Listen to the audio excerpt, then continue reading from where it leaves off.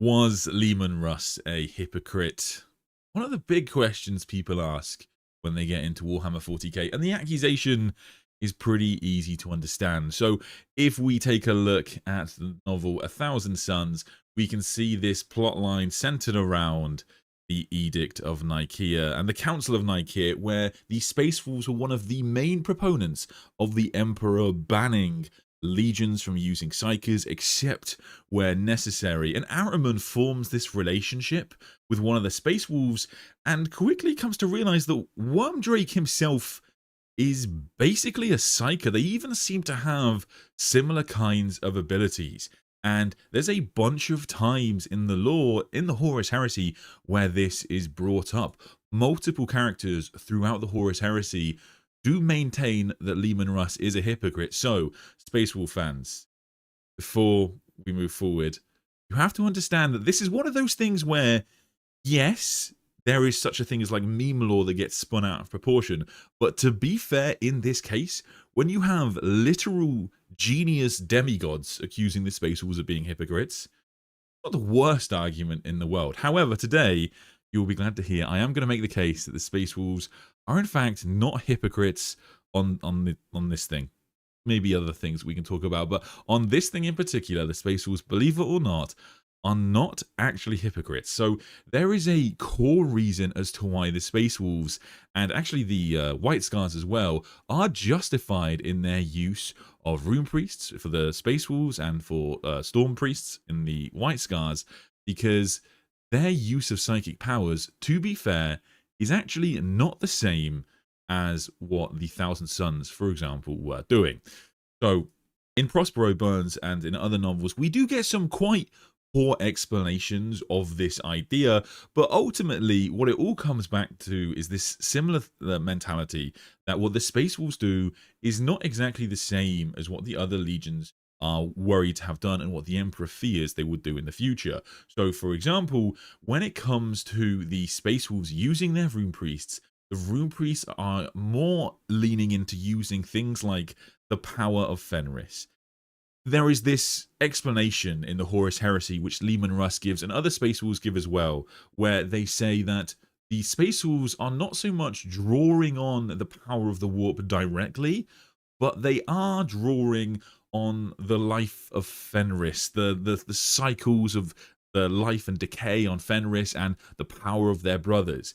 And as odd as that may sound, because quite frankly, it is a terrible explanation, it does actually seem to be true. It's just not a very convincing idea. But even Ahriman, for example, as he develops his abilities throughout the Horus Heresy, we do see him have this passage where he's able to start to use psychic powers in a way more akin to what the Space Wolves do, where he's actually drawing on kind of the life force of his brothers and not drawing in power directly from the warp.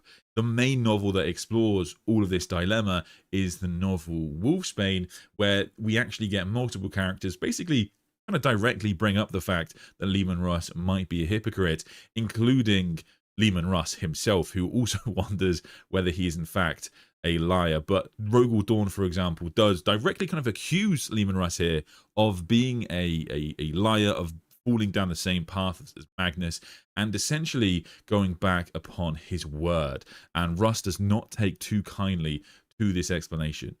We'll see Jagatai Khan, the Primarch of the White Scars, does back him up. And so it's not just Leman Russ who's saying that then he's not actually a hypocrite. The Khan has also said that the Seers of the White Scars do not draw their power directly from the warp. And it's all about this line that follows, that their gifts are mediated and there are limits to what they do. And in fact, when we have a look at the planet of Fenris, where the Space Wolves hail from, the Emperor talks about Fenris in a little bit of a different way. Fenris is supposed to be incredibly old and it's supposed to have this unique culture around it, and it's incredibly close to the Immaterium.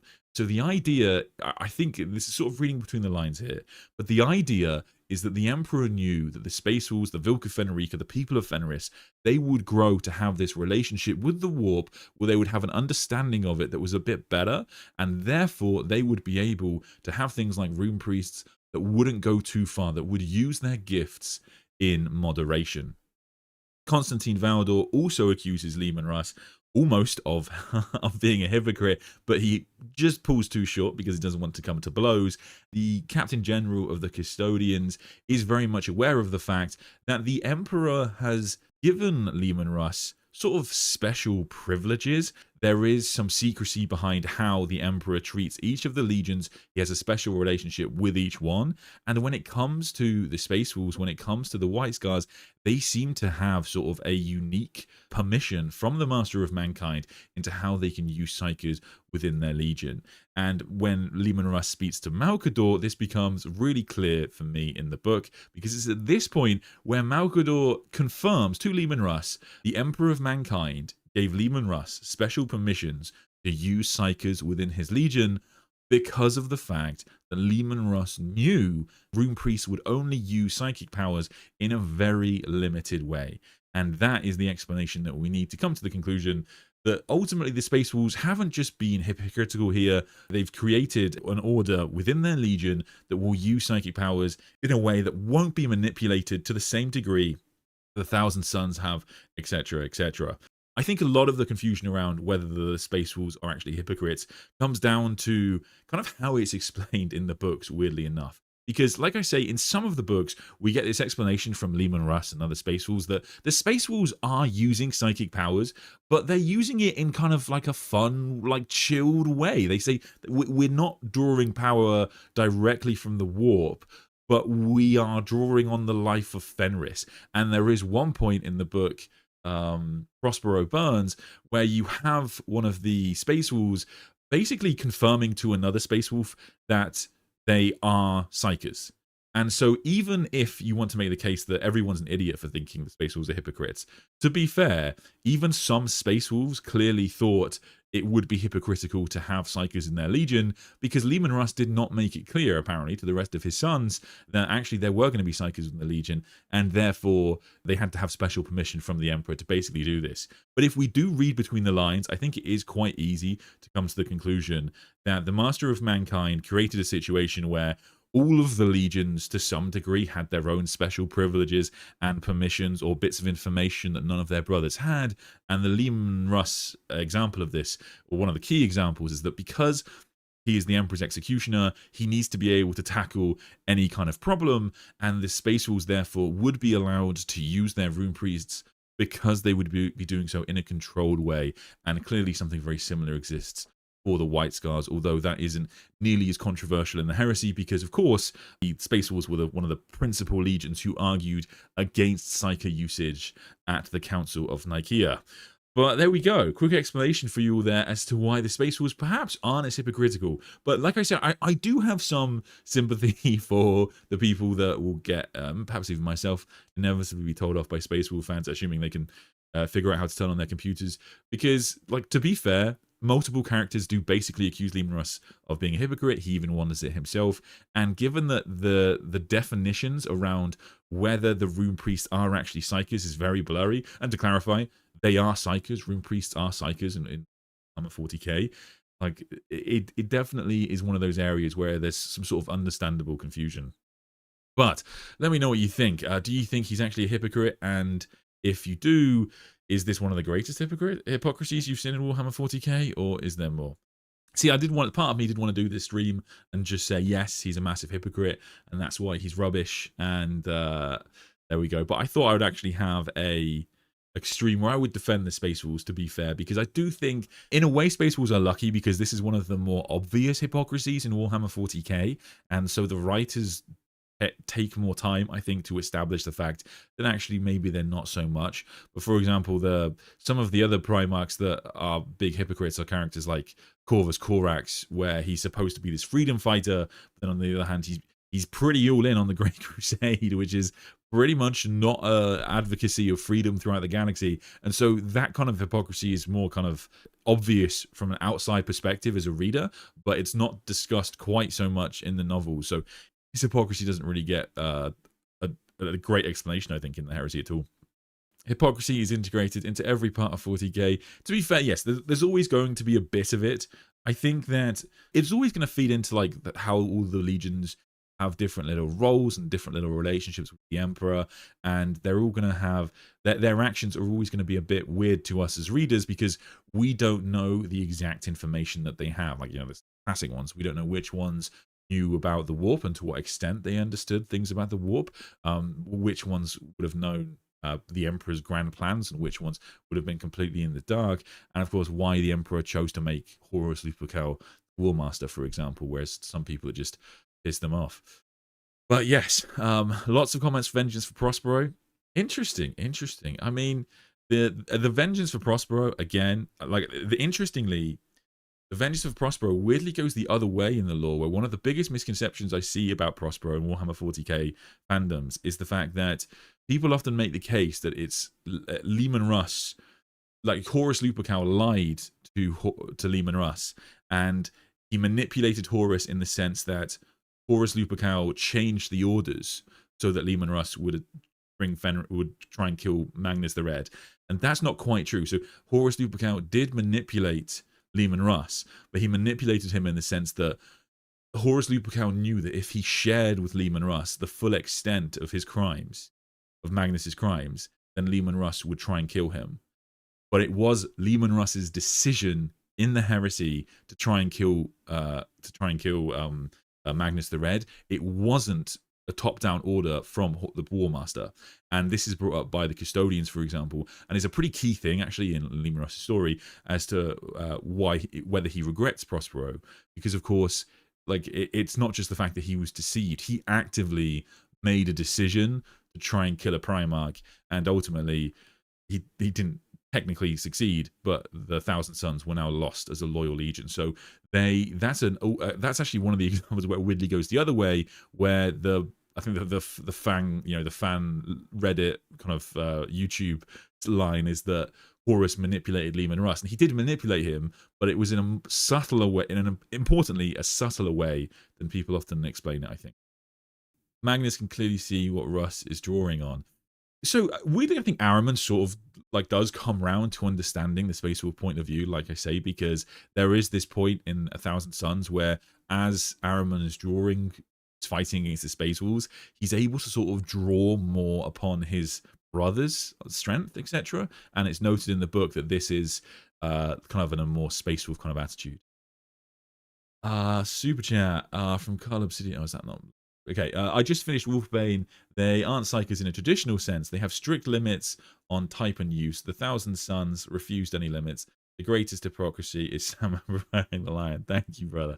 So I guess, but that to me clouds things, okay? Because they are Psykers. They are objectively Psykers. It's just the main thing is what Khan says, where the Khan says it's about the control that they have. And this sort of line is repeated by Leman Russ multiple times throughout the heresy. But the truth is they are Psykers. So the only bit of that I disagree with is you saying they're technically not Psykers, because they are definitely Psykers. They do draw on power from the warp.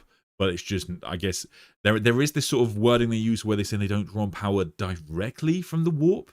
Like it comes kind of through Fenris.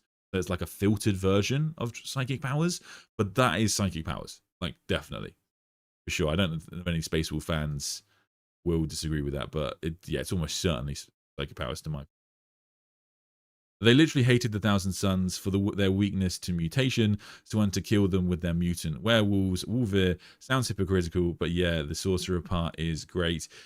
Yes, that is another part of the hypocrisy people like to bring up, to be fair, where there is this suggestion that because the Thousand Sons are prone to mutation, therefore they are damned, a damned legion. But then, of course, the Space Wolves we know, and the Lion knew, and very few knew that they, of course, have the curse of the Wolfen. So in a weird way, Space Wolves were also prone to mutation. So it's sort of a weird one. I think that's just the frame of reference the culture uses in order to safely channel warp energy. It may not actually mean the energy is from Fenris and life and death, etc., but the story they tell. So I get you, man. I get the way it's supposed to be a metaphor or something like that. That's absolutely fine. The problem that I have is that it is also the official explanation given by the Space Wolves, and there's definitely 2 times I can think of in the Heresy when they give this line about it being from like the life and death cycle of Fenris, And that is a crap explanation. I mean, like, for example, it's definitely hazy enough that even in this stream, people are commenting like, oh, they're not actually Psykers. But they are Psykers. They are definitely Psykers. And they're just supposed to have like a more tamed, disciplined version of Psykerhood. And that sort of makes sense. Like, I'm okay with that explanation as to prove that they're not hypocritical. But at the end of the day, why is Leman Russ this genius? He is the genius that he says he is. Then if he's such a genius, why doesn't he explain things clearly to others? And clearly Rogue Dawn doesn't understand it, Constantine Valdor questions it, and even Leman Russ himself does wonder whether he is actually just a hypocrite. I feel bad because I think, to be fair, they do get a lot of stick online, and they're probably not as bad as people make them out. That my big thing with Leman Russ making fun of him is just the whole he's a super genius, right? So if you've never read the books, Leman Russ's thing is that he is a super genius, perhaps one of the smartest Primarchs, perhaps the smartest Primarch, but of course he is the noble savage compared to the savage noble, and so he's kind of all underneath, right? And it goes a huge part into what he does, but a lot of his actions don't really make sense, and that's tough to justify. So, multi-part question. If the difference in Leman's mind is that the Thousand Sons are aware the power comes from the warp and strive for more without restraint, whilst the Space Wolves think the power comes from Fenris and maybe aren't aware of the warp as much as a concept, and that this is where the power is actually coming from, does Leman know enough about the warp at that time to know he's being a hypocrite, and maybe he thinks the Thousand Sons and Space Wolves are doing two different things? Look, interesting question. Yeah, so them, like, officially, like, there's always this question of which of the Primarchs really understood the true nature of chaos, and the writers have said that they never actually intended to reveal what the answer to this is. It could be someone like Leman Russ. However, there is specifically a sanction in the Great Crusade after the Edict of Nicaea for certain types of Psyker usage. Like, there's not no Psykers after the Edict of Nicaea, because obviously the human race needs the navigator houses in order to travel between stars. So even if Leman Russ doesn't have an understanding of the warp that is necessary, if the Emperor of Mankind gave him a nod and a wink, said, it's okay, son, you can use your rune priests, that is all Leman Russ would need to continue this use. Again, we never see this conversation between the Emperor and Leman, but presumably there was a nod and a wink. He okayed it, and I imagine the Scar's got the same thing. Morty is the biggest hypocrite. Yeah, there's definitely an argument for that. Of course, Mortarion also speaks at the Council of Nicaea and is very against Mortarion using Psyker usage, because of course the kind of Psyker half aliens that used to control Barbaros. But to be fair, Mortarion is kind of forced into the position that he has. And so, yeah, that's kind of the thing. But again, it is directly brought up in the novels that Mortarion is now kind of a hypocrite, like Illiman throws at him, and the Khan throws at him, because, of course, he's against Psyker usage. Then he basically becomes a demon, which is kind of just like a very, very strong and powerful dominating Psyker. And I think it's one of the reasons people really like the book. Lords of Silence is one of the reasons it's very popular, because you get this kind of depiction of Mortarion that is really quite tragic. And at that point in the book, this is like as the Great Rift is opening, and a big part of that book is the Death Guard recognizing that the Great Rift is now opened and deciding what to do now. And Mortarion in that book is a much more sympathetic character. It's kind of much more obvious that he's just traded one master for another, and he's just sort of like an old man, and he has like muttered ramblings, and like underneath it all, you can still tell there's like the original Mortarion, and he's still incredibly prideful, etc. But it becomes very apparent that he's lost in that book. Like he is fallen to just another master, and yeah, it's tough to justify. Russ's attitude to their own mutation is much healthier than, say, Sanguinius. The Canis Helix is how they were made, and if it happens, it happens, and it's what the Emperor anticipated. Yes, it is definitely like, yeah, I mean, it doesn't cause a crisis within Leman Russ that it seems to cause in Sanguinius, and Leman Russ doesn't have this. Yeah, he doesn't have this kind of emotional response to it like that you see with when Horus discovers Sanguinius killing one of his sons. But to be fair, there is still something there, because like a big plot line in Leman Russ's Primarch novel is that the lion discovers the wolfen exist, and of course, Leman Russ and the Lion hate each other. And one of the reasons Leman Russ is able to forgive the Lion, even though the Lion stabs him, is because at the end of the day, the Lion discovered that Leman Russ's sons were subject to mutation. It has always been implied that one of the second or 11th or both had a mutation which led to their destruction, or that was connected to it in some way, some sort of defect, such that Sanguinius was really afraid of it. But the Lion never tells anybody. He never tells anybody about this mutation. And so, yeah, Leman Russ is incredibly grateful for that. And the fact that Leman Russ is so concerned with keeping it hidden does sort of imply there's a similar mentality there, that he is worried his sons will, the true nature of them will be discovered. And then, of course, we have there are no wolves in Fenris conspiracies that can pop up as well. Honestly, I think it isn't a question of is Lemon being a hypocrite, but is he a justified hypocrite? Well, I guess it would make sense. I mean, the funny thing about it, and the funny thing I guess about the Edict from Nicaea, is that, of course, if you're new to Warhammer 40k, you may have noticed that all of the Space Marine chapters, except for the Black Templars, they do use Psykers. So it's a big deal that that they've all done this, because all of the legions eventually break the Edict of Nicaea, and it happens in various ways throughout the Horus Heresy, and it's pretty much always a big deal every time. All of the legions experience some sort of comeuppance, or at least there's a big there's a big drama around them breaking the Edict of Nicaea. But at the end of the day, they all kind of choose to break their the emperor's command, which is pretty nuts. So that's, I guess, the other defense of the Space Wolves that is quite important, is that if you're going to say that they're hypocrites, then in a way they all become hypocrites eventually. And it's I mean, the basic explanation as to why they all break it in the end is going to be that, and the Space Wolves, for example, do say this, and perhaps it leans into why the Emperor would have sanctioned their use, which is that the Space Wolves are able to defeat any legion in theory, right? Like where the other legions have Primarchs, they have Leman Russ. Where the legions have ships, they have ships. Where the legions have Astartes, they have Astartes. However, if the Space Wolves are going to act as the Emperor's executioners, what if they go up against a legion that uses psychic powers? They're going to need their own Psykers. And so that would explain why the Emperor would have given them kind of this special permission to keep Psykers around where others weren't able to do so. And so in that respect, it is necessary. Do you think the Thousand Sons captured Russ or know his whereabouts based on that he is not coming back anytime soon? I think so. I think Magnus the Red, in Wrath of Magnus, I think he also drops a line about Leman Russ. But yeah, I think that would make the most sense.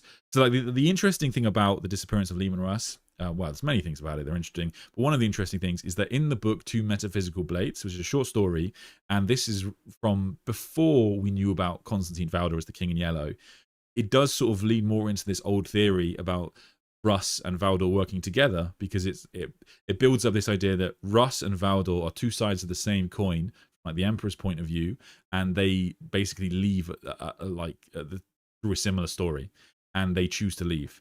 And so ultimately, they're probably doing something together. Now, of course, we know that Constantine Valdor is now the King in Yellow.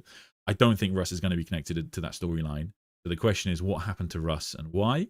And it's in a weird way, it's just sort of that puts it completely up in the air. It could be anything. Magnus the Red having captured Leman Russ, I think it would work. I think it would be fine. It would be nice to give Magnus the Red like a big win like that, which it definitely would do. Even if he was just able to waylay Leman Russ, because there would be a huge plot line there around him having to be found by the Space Wolves, or perhaps Space Wolves plus Dark Angels or something like that. But ultimately, this would be one of Magnus the Red's greatest kind of narrative victories, like a personal victory for him. It would be so. I think people would like to see that. And of course, Magnus the Red, he gets a relatively harsh treatment in the Heresy and the Great Crusade. I'm always impressed with Magnus' stance, because he gets just kind of, he gets broken and then broken again, and he's there's not too much redeeming about it. I thought there's a bit in the Heresy where he rejects the Emperor's offer of a new legion in favor of keeping his sons, which is very honorable in respect. But the truth is, most of the time, he's just kind of he's just sort of doing his best but making mistakes, and it's tough to have a particularly great time if you're having a big Thousand Suns fan. Also, let's not forget that Big E made a psychic spear for Russ and wanted him to have it, and Malkador made sure he took it with him to fight Horus. Yes, that's very true. That is very true. I mean, Malkador says that Leman Russ has always had special permissions, and the Spear of Russ is definitely something the Emperor... We actually see him making the spear, and Malkador's kind of having a conversation with him whilst he's forging it. So yes, he definitely made that spear for a purpose, and Valdor, for example, implies very much that the Apollonian spear was made with a purpose in mind, but the exact reason the Spear of Russ was made is definitely kept in the mystery. Leman Russ literally means lemon juice in my language. Interesting. So when people say lemon Russ, it means... That's quite funny. I wonder if that's actually why. There's lots of, you know, questionable names in Warhammer 40k, so it wouldn't surprise me too much. But yes, please let me know in the comments what you think. Please like the video and all that kind of thing. And yeah, let me know, do you think Leman Russ is really a hypocrite? I hope I've made a pretty good case defending him. And don't worry, I won't be making too many videos where I say nice things about the Space Wolves, of course. But I will for sure talk about them again in the near future. And I have another video on him coming out this week. So stay tuned for that. Thanks so much, everybody. And I will see you. Take care. Thanks for watching this stream. If you could help me appease YouTube's machine spirit by liking and subscribing, I would greatly appreciate it. If you couldn't make the stream live but want to ask me a question anyway, consider posting it in our community tab and I'll answer it next time. To support the channel, click the join button below, which will give you access to more content, and you can drop into the members Discord where all the coolest Terrans hang out, away from the watchful eyes of the Inquisition. Thanks for joining me, and until next time, I wait for you and I forgive you. Good night.